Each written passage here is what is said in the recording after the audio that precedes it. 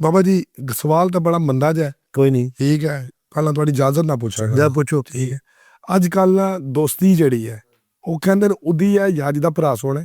ਨਹੀਂ ਜੀ ਦੇਖੋ, ਜਿਹਦੀ ਭੈਣ ਯਾਰ ਬੂਹੋਂ ਬਾਹਰ ਤੁਸੀਂ ਸਾਲੇ ਲੱਗਦੇ ਉਹਨੂੰ ਘਰ ਖਾਣ ਦੇ, ਉਹਨੂੰ ਘਰ ਖਾਣ ਦੇ ਸਾਲੇ ਲੱਗਦੇ ਹੋ। ਕਿਉਂ ਆਪਣੀ ਧੀ ਭੈਣ ਨੂੰ ਉਹਦੇ ਘਰ ਭੇਜਦੇ ਹੋ? ਨਾ ਉਹਨੂੰ ਸੱਦੋ ਨਾ ਉਹ ਆਵੇ, ਤਲਕ ਰੱਖੋ ਬੂਹੋਂ ਬਾਹਰ। ਯਾਰ ਤੇ ਬੂਹੋਂ ਬਾਹਰ, ਜਿਹੜੇ ਬੰਦੇ ਘਰ ਖੜਦੇ ਉਹ ਤੇ ਅੱਜ ਦੀ ਕੱਲ ਹੋਇਆ ਜੀ। ਜਿਹੜਾ ਬੰਦਾ ਕਹਿੰਦਾ ਮੈਂ ਬਾਹਰ ਆ, ਮੇਰੇ ਘਰ ਦੀ ਨਿਗਰਾਨੀ ਕਰੀ। ਇੱਕ ਬੰਦਾ ਕਤਲ ਹੋਇਆ, ਉਹ ਅੱਜ ਮੇਰੇ ਕੋਲ ਇੱਕ ਗੱਲ ਆਈ ਹੈ। ਉਹ ਬਾਹਰ ਸੀ, ਉਹਨੇ ਕਿਹਾ ਯਾਰ ਤੂੰ ਮੇਰੇ ਘਰ ਨੂੰ ਸੰਭਾਲਣਾ ਪਿੱਛੋਂ। ਉਹ ਅੱਗੋਂ ਬਗੈਰ ਤਾਂ ਉਹਨੇ ਉਹਦੀ ਭੈਣ ਨਾਲ ਸ਼ਾਦੀ ਕਰ ਲਈ, ਉਹਨੇ ਬਾਹਰੋਂ ਆਣ ਕੇ ਬੰਦਾ ਮਾਰ ਦਿੱਤਾ। ਉਹਨੇ ਕਹੀ ਗੱਲ, ਮੈਂ ਕਿਹਾ ਉਹਨੇ ਮਾਰਨਾ ਚਾਹੀਦਾ ਸੀ ਉਹਨੂੰ, ਬਗੈਰਤ ਨੂੰ। ਉਹਨੇ ਉਹਨੂੰ ਘਰ ਯਾਰ ਕਿਉਂ ਦਿੱਤਾ ਘਰ ਉਹਨੂੰ? ਦੁੱਧ ਅੱਗ ਤੇ ਗਿਆ, ਬਾਲੇ ਤੇ ਖਾਏਗਾ?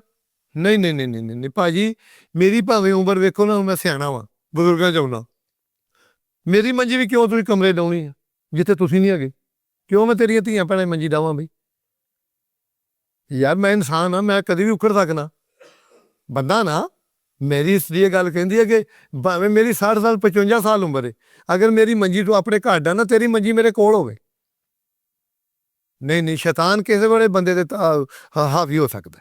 ਮੈਂ ਨਹੀਂ ਇਹ ਗੱਲ ਕਹਿੰਦਾ ਜੀ, ਮੈਂ ਤੇ ਆਖਰੀ ਦਮ ਤੱਕ ਇਹ ਗੱਲ ਕਹਾਂਗਾ ਕਿ ਉਹਦੀ ਮੰਜੀ ਅੰਦਰ ਡਾਉਣ ਦਾ ਕੋਈ ਹੱਕ। ਉਹ ਭਾਵੇਂ ਤੁਹਾਡਾ ਕੁੜਮ ਹੈਗਾ, ਉਹਦੀ ਮੰਜੀ ਧੀਆਂ 'ਚ ਡਾਉਣ ਦਾ ਕੋਈ ਤਲਕ ਨਹੀਂ, ਕੋਈ ਅਸੂਲ ਹੀ ਨਹੀਂ ਹੈਗਾ। ਇਹ ਤੇ ਸਿੱਧੀ ਸਿੱਧੀ ਬਗੈਰਤੀ ਹੈ। ਭਾਵੇਂ ਉਹ ਤੁਹਾਡਾ ਕੁੜਮ ਹੈ, ਤੁਹਾਡੀਆਂ 5-6 ਬੱਚੀਆਂ ਪਈਆਂ ਨੇ, ਤੁਸੀਂ ਕੁੜਮ ਵਿੱਚ ਮੰਜੀ ਡਾਹਤੀ ਕਿਉਂ? ਇਹ ਕੋਈ ਤਰੀਕਾ ਨਹੀਂ। ਸਾਡੀ ਨੱਕ ਸਕਲ, ਅਸੀਂ ਬੁਜ਼ਦਿਲ ਹੋ ਗਏ, ਅਸੀਂ ਬਗੈਰਤ ਹੋ ਗਏ। ਲਓ ਤਾਂ ਲਗਾ ਕੇ ਤੇ ਤੁਹਾਡੀਆਂ ਧੀਆਂ ਭੈਣੇ ਉਧਰ ਫਿਰ ਉਹਨੇ ਤੁਹਾਡੇ ਲਾਉਣ, ਉਹ ਤੇ ਪੁੱਤਰਾ 8 ਦਿਨ ਵੀ ਨਿਕਲਣ, 8 ਦਿਨਾਂ ਬਾਅਦ ਹੀ ਰੌਲਾ ਕੁੱਤਿਆ ਹੋ ਜਾਣੀ। ਉਹ 'ਚ ਸਾਰਾ ਸਾਡਾ ਕਸੂਰ।